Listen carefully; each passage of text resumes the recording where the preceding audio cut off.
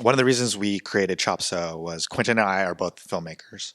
And one of the things that we really struggled with was the idea of finding distribution, finding a place where people who make content about Asian Americans or people who look like myself or tell stories about people like myself to have a place where they could show their work.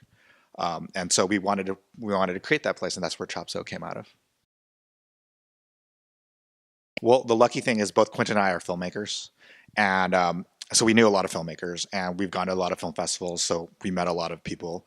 But also, I was a programmer at the Japanese American National Museum for almost 13, 14 years, where I got to meet I was lucky enough to meet a lot of filmmakers, interact with them, and meet them. And so once we created Chopso, we realized we needed to touch base with these people, get their content, and get them up so people could see it. One of the great things about being an Asian American filmmaker is we're a small community and we all know each other. And so, whether it's just going to networking events or film festivals or just being around LA, we all run into each other. We all know each other. And so it's a really small and great community. So how would I define Asian American films? It's actually, Chopso is not just Asian American, it's Asian English. So originally, because Quentin and I are both Asian American, we thought we should make a platform for Asian Americans. But then when we started talking to people who are Asian outside of America, they said that Asian American didn't include them, wasn't inclusive enough. And so we started looking at the idea of what if we broaden the subject out, broaden the idea. So we looked at kind of the idea of that we're looking at Asian English speaking people. So no matter where you are, if you're Asian and you speak English, we wanted a place where you could come and find content, which includes Asian American, by the way. The thing is, there's actually other platforms that do Asian content in the original language. And our main focus is English language. However, I think it is important that culturally that we talk about the history, we talk about the ideas. I worked at the Japanese American National Museum for 13 years, like I said. And one of the saddest things about working there was that we created so many videos, so much great content about the history of Japanese Americans in this country and around the world, and yet nobody saw them. And so unless you happen to be at the museum on those dates or the times that they were showing.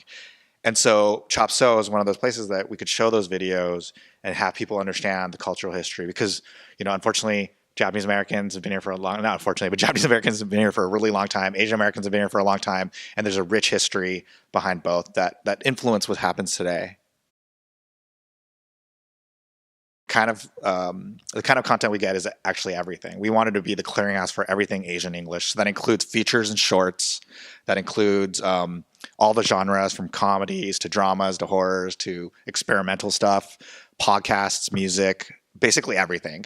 As long as it has something to do with Asian English people and it's good, we wanted it on our site.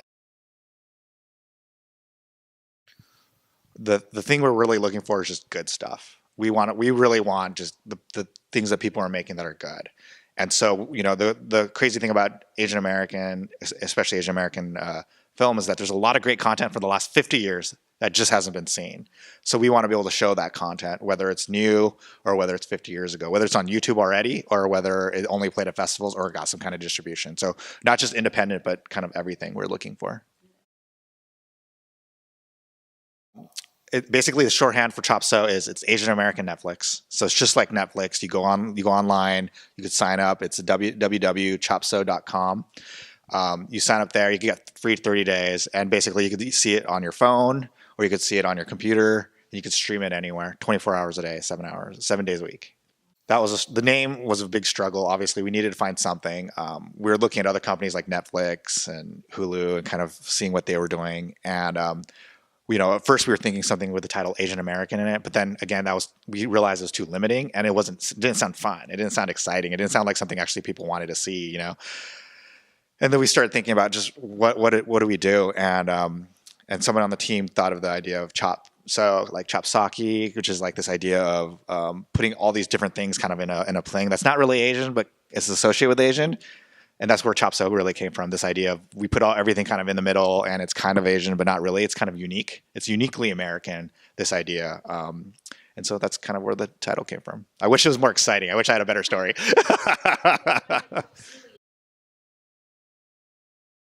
The one thing I came away learning was that there's so much material out there. I mean, there's so much stuff that people haven't seen. One of the reasons actually why I started it was I had a kid.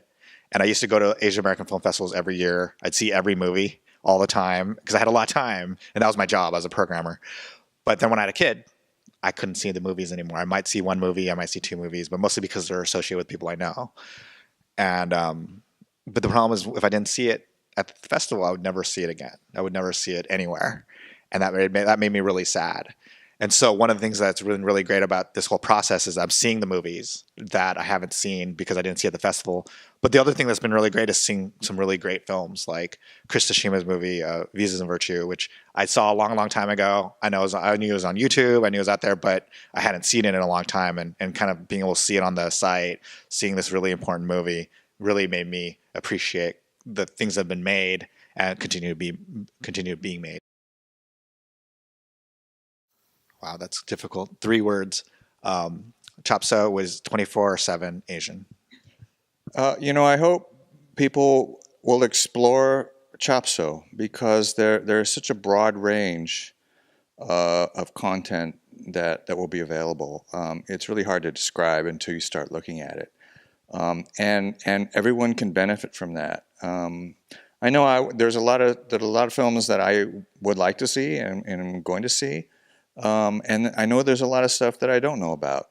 And I'm always interested in other cultures, other histories, other stories, and so I think for our society today, this is sort of filling a big void for both the audience and for the filmmakers. So I just hope people will start exploring who we are, all of us. And for myself, I think Chopso is really important in that it's hopefully creating a international distribution channel, a way for the content that people are making here in the United States to go out there to greater places. Because one of the challenges for Asian American content in general is that there's almost no audience outside, or at least nobody's identified that audience. And so we're hoping that this helps create a way to go from just America, but kind of broadly, and connect all the different Asian English communities. Definitely.